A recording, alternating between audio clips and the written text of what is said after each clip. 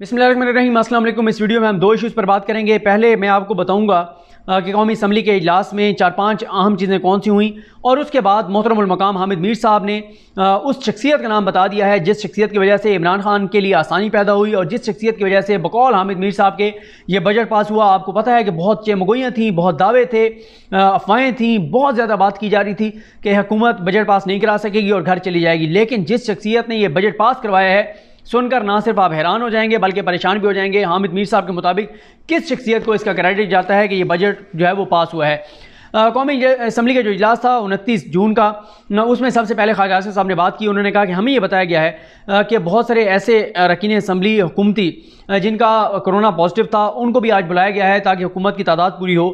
तो हमें इस बात के बारे में बताया जाए कि क्या ये दुरुस्त है या गलत है। तो उसके बाद शाह महमूद कुरैशी साहब ने कहा कि ये बिल्कुल गलत है, किसी ऐसे रुकन असम्बली को नहीं बुलाया गया जिसका कोविड पॉजिटिव हो। उसके बाद ख्वाजा आसिफ साहब तकरीर कर रहे थे तो उनकी काफ़ी नोकझोंक हुई फवाद चौधरी साहब के साथ। फवाद चौधरी साहब ने काफ़ी उस दौरान जो है उन्होंने भी जवाब दिया। ख्वाजा आसिफ साहब का कहना था कि आप पिछले 10-12 दिन से जो कुछ करते फिर रहे हैं, अगर मैंने बता दिया तो आप मुंह दिखाने के काबिल नहीं रहेंगे। फवाद चौधरी ने कहा कि अगर मैंने आपके बारे में बता दिया तो आप को सियालकोट में मुँह छुपाने की जगह नहीं मिलेगी।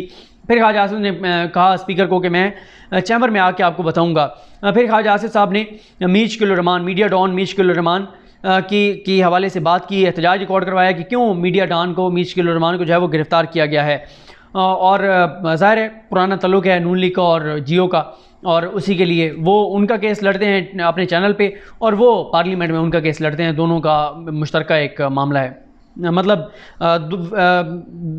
दो तरफा जो है ये मोहब्बत और तल्लुक़ है और वफ़ा है। उसके बाद ख्वाजा आसिफ साहब ने टिड्डी दल के हवाले से बात की, वो उन्होंने दुरुस्त बातें की। ख्वाजा आसिफ साहब ने कहा कि जिस एरिया में काटन होनी चाहिए थी वहाँ गना लगता है। उन्होंने ये नहीं बताया कि शरीफ ख़ानदान ने खुद किस तरह से शुगर मिल्स जो हैं वो ट्रांसफ़र की, कैसे कवानीन में तब्दीली की और कैसे उसके ऊपर हाई कोर्ट के फैसले और कैसे उसके ऊपर सुप्रीम कोर्ट के फैसले आए। एतजाज़ हसन साहब ने वो केस लड़ा था जहांगीर तरीन साहब की जानिब से और उसके ऊपर जो है वो फैसला आया था। उसके बाद ख्वाजा आसिफ साहब ने क्योंकि तनकीद की थी ग़ुलाम सरवर ख़ान पर कि जिस वज़ीर की अपनी डिग्री मशकूक है, उसने टीवी पर बैठ के और कहा कि जी पायलट्स की डिग्रियां जो हैं वो जाली हैं और उस वजह से पूरी दुनिया में हमारी जागें आई हुई है। ग़ुलाम सरवर ख़ान ने कहा कि हम तो आपका गन जो है वो साफ़ कर रहे हैं, उन लोगों को शर्म आनी चाहिए थी जिन्होंने इनको भर्ती किया। फिर उन्होंने कहा मैं तो 98 से कह रहा हूँ कि आप 2 नंबर लोग हैं, उन्होंने उनके ऊपर कहा। और उन्होंने यहाँ तक कहा कि कम अज़ कम मैंने ये नहीं किया कि वज़ीर ख़ारजा होते हुए भी अकामा लेकर और चपड़ासी या टेक्नीशियन जो है उसकी नौकरी करूं किसी और मुल्क में। वो तनकीद कर रहे थे ख्वाजा आसिफ साहब पर और एहसन इकबाल साहब पर। उसके बाद बिलावल भुट्टो साहब ने तकरीर की। उन्होंने कहा कि इमरान खान के पास 2 ही ऑप्शन है, या तो यह है कि वो गलती का एतराफ़ करें और अपोजिशन के साथ बैठें, अपोजिशन को साथ लेकर चलें, या दूसरा ऑप्शन यह है कि इमरान खान इस्तीफ़ा दें और घर चले जाएँ। उसके बाद उन्होंने नून लीग से भी ये मुतालबा किया कि नून लीग जो है वो, उन्होंने नून लीग और PTI वाले राजा रेंटल वो जो कहा करते थे ख्वाजा आसिफ साहब, उन्होंने राजा रेंटल का नाम दिया था राजा परवेज़ अशरफ साहब को कि उनके ऊपर ये जो केस बनाया गया था उसमें वो बरी हो गए हैं। अब नून लीग और पीपल्स पार्टी जो है, नून लीग और PTI माफ़ी मांगें। और आप ढटाई का अंदाज़ा लगाएं कि नून लीग वालों को पता नहीं, हालांकि यहाँ तो उर्दू में तकरीर हो रही थी और फिर भी उनको डेस्क बजा रहे थे। शायद उनको कहकर भेजा गया था कि बिलावल, क्योंकि वैसे भी अब दोनों एक हैं, बल्कि वो अभी अगर मैं वो शेर देख सकूं, जो शेर पढ़ा उन्होंने मुराद सईद साहब ने उनके लिए, नून लीग और पीपल्स पार्टी के लिए, तो बिलावल साहब ने, जैसे मैंने आपको बताया कि उन्होंने ये मुतालबा किया और उन्होंने कहा कि ये माफ़ी मांगे। तो आप माफ़ी सबसे पहले तो नून लीग को मांगनी चाहिए, ख्वाजा आसिफ साहब जिन्होंने ये केस जो है वो बनवाया था। उसके बाद बिलावल साहब ने जो है वो बिलावल साहब ने फवाद चौधरी साहब और उनसे शाह महमूद कुरैशी साहब, उनका नाम लेकर कहा कि आप लोग बताएं कि क्या जो उसामा बिन लादेन है वो शहीद है या नहीं है। वो इमरान खान के उस बयान पे तनकीद कर रहे थे जो कि इमरान खान साहब ने उसामा बिन लादेन को जो है वो शहीद कहा। उसके बाद बिलावल साहब जब तकरीर कर ली उन्होंने, और उसके बाद जैसे मुराद सईद उनको जवाब देने के लिए खड़े हुए तो अपोजिशन जो है वो वॉकआउट कर गई। और फिर उन्होंने कहा, उन्होंने शाह महमूद कुरैशी साहब, उन्होंने कहा समझ नहीं आती कि जब भी मुराद से तकरीर करने लगते हैं अपोजिशन चली जाती है, और इनके पास तो कोई वाकई को ऐसा इल्म है कि उन्होंने पहले ही कहा था मुराद से इन्हें कि जब मैं तकरीर करने लगूंगा ये चले जाएंगे और जब मैं तकरीर कर लूँगा तो ये वापस आ जाएंगे। उसके बाद मुराद सईद साहब ने उन पर तनकीद करते हुए कहा कि फ़ातिमा भुट्टो जो हैं, उन्होंने जो कल कहा है, फ़ातिमा भुट्टो ने कहा है कि उनके जो वालिद के कातिल हैं उनमें से एक कातिल के नाम के ऊपर एक पुलिस जो स्कूल है, पुलिस की ट्रेनिंग का स्कूल, और उसका नाम रखा जा रहा है। तो उन्होंने फिर कहा कि फ़ातिमा भुट्टो की किताब का भी जिक्र किया उन्होंने, मुराद सईद साहब ने। मुराद सईद साहब का मैं जो है वो शेर जो है वो ढूंढने की कोशिश कर रहा हूँ, जो उन्होंने एक शेर पढ़ा था नून लीग और पीपल्स पार्टी दोनों के लिए, कि इन दोनों का जो आपस में तल्लुक़ है और जो कुर्बत है उसके हवाले से उन्होंने एक शेर जो है वो पढ़ा था।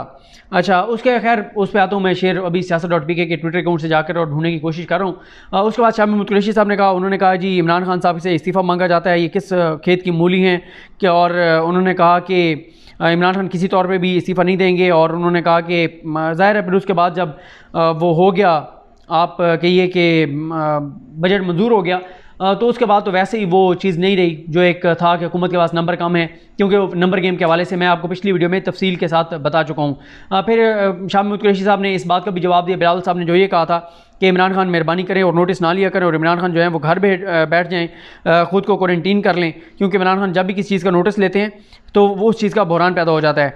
उस पर उन्होंने कहा क्या नाम है उनका, शाह महमूद कुरैशी साहब ने, कि आप मनी लॉन्ड्रिंग करें, आप किकबैक्स लें, आप लूट मार करें, आप करप्शन करें, आप सब कुछ करें, तो इमरान खान क्यों नोटिस ना ले। इमरान खान को तो लोगों ने मुंतखब भी नोटिस लेने के लिए किया गया और वो नोटिस लेंगे। उसके बाद मौलाना असद जो हैं, जो मौलाना फजल रहमान के बेटे हैं, उन्होंने जो तकरीर करते हुए कहा, उन्होंने कहा कि जी जो आलमी क़ुव्वतें हैं उन्होंने पाकिस्तान की इस्टेब्लिशमेंट को भी प्रेशराइज़ किया और एक ख़ास एजेंडे के तौर पर, एक ख़ास एजेंडे के लिए जो है वो इसको लाए हैं PTI को, और उनके कुछ मकासद हैं और इस तरह की बातें जो हैं वो मौलाना असद करते रहे।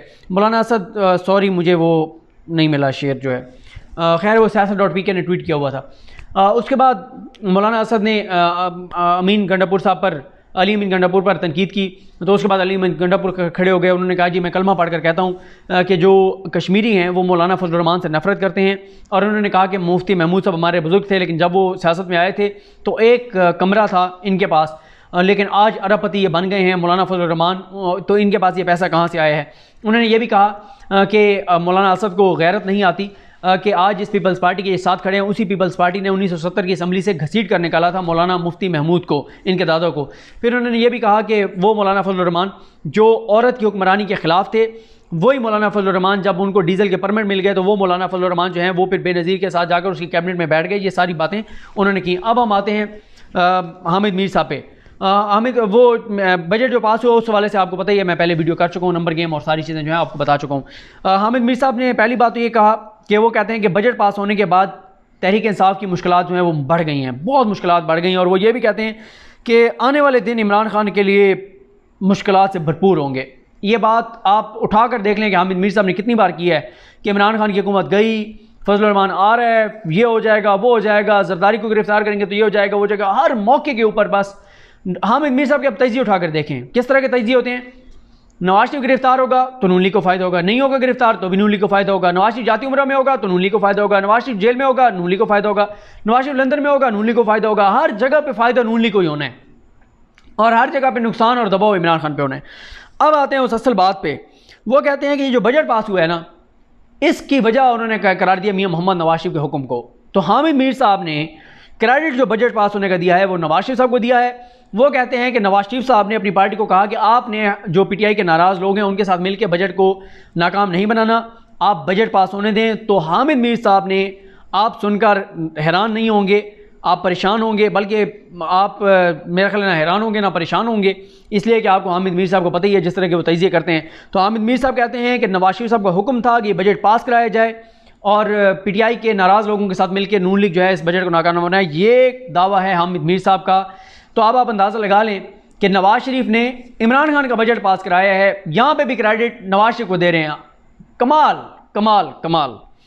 फिर हामिद मीर साहब कहते हैं कि जी अपोजिशन ने फैसला किया है कि बजट सेशन में अपने पते शो ना कराए जाएँ। अब जब उनकी बदतरीन उनको सुबकी हुई है, शर्मिंदगी हुई है, शिकस्त हुई है, अब हामिद मीर साहब कह रहे हैं कि तो अपोजिशन पहले ही फैसला कर चुकी थी कि हमने सारे पते शो नहीं करने। बिल्कुल इसी तरह जैसे हामिद मीर साहब ने क्या किया था, आपको याद हो तो हामिद मीर साहब ने जब सेनेट का इलेक्शन था वो सादिक संजरानी साहब वाला, उस रात का आप शाहजेब खानज़ादा का प्रोग्राम उठाकर देखें। उसमें हामिद मीर साहब ने कहा कि मैंने कुछ लोगों को देखा, वो बैठे थे इनके पास सादिक संजरानी के पास अपोजिशन के, तो मैंने उनसे पूछा, उन्होंने कहा हम खाना इनके पास खा रहे हैं, वोट हम अपनी पार्टी के उसके मुताबिक देंगे। ये उस रात उनका एनालिसिस था जिस रात अगली सुबह इलेक्शन होने थे। अगली सुबह चेयरमैन सेनेट का इलेक्शन हुआ, बदतरीन शिकस्त हो गई। अगले दिन हामिद मीर साहब आके कहते हैं जब ये इस तरह के बंदों को टिकट देंगे सेनेट में जो उनके नज़रियाती कारकुन नहीं होंगे तो इसी तरह ही होगा ना, वो अपने आप को बेच देंगे, वो ये हो जाएंगे, वो हो जाएंगे। तो 24 घंटे भी ये बंदा जो है अपनी बात पर कायम नहीं रहा। तो अब ये कहते हैं जी कि अपोजिशन ने कहा है कि ये पते शो नहीं कराने। इसके बाद उन्होंने बड़ा दावा किया है कि इमरान खान के पास अब 172 सीटें नहीं हैं और अपोजिशन के पास नंबर गेम पूरी है, और 13 जो हैं इमरान खान PTI से 13 लोग चाहिए अपोजिशन को, लेकिन उनके पास 15 लोग हैं और वो ये कहते हैं कि आप इमरान खान को हटाएं, हम आपके साथ हैं। 11 MNAs ने कहा है कि हम आपके साथ हैं, आप इमरान खान को हटाएं। और अब अपोजिशन उनको कह रही है कि अब इमरान खान आप इमरान खान का आपने साथ दिया है, आप अब इमरान खान को निकालना चाहते हैं, लेकिन हम अभी नहीं निकालना चाहते, अभी आप मज़े लें और पता नहीं लोगों को भी पता नहीं वो करने दें, लोगों को भी इस तरह का होने दें। तो ये जी हामिद मीर साहब का दावा सामने आया है। अब आप देख लें कि आपका क्या ख्याल है कि बजट पास कराने का क्रेडिट भी वो नवाज शरीफ को दे रहे हैं, आने वाले दिन उनके लिए इमरान खान के लिए मज़ीद मुश्किलें हैं। और साथ ही वो ये भी कहते हैं कि अपोजिशन के पास नंबर गेम पूरी है। भाई नंबर गेम पूरी है तो अपोजिशन तो कह रही है कि एक एक दिन इमरान खान रहे, एक एक दिन रहे तो मुल्क का नुकसान है। तो भाई मुल्क का नुकसान तो हटा देना, नंबर गेम आपके पास पूरी है। आज आप आज बजट मुस्तरद कराते, कल आप अदम एतमाद की जमा कराते और 10 दिन में इमरान खान को आप हटाते और बात ख़त्म हो जाती। लेकिन हामिद मीर साहब मामला इतना सादा नहीं है। मुझे अपनी दुआ में याद रखें। अल्लाह करीम हम सबका हामी नासरो। अल्लाह हाफ़िज़।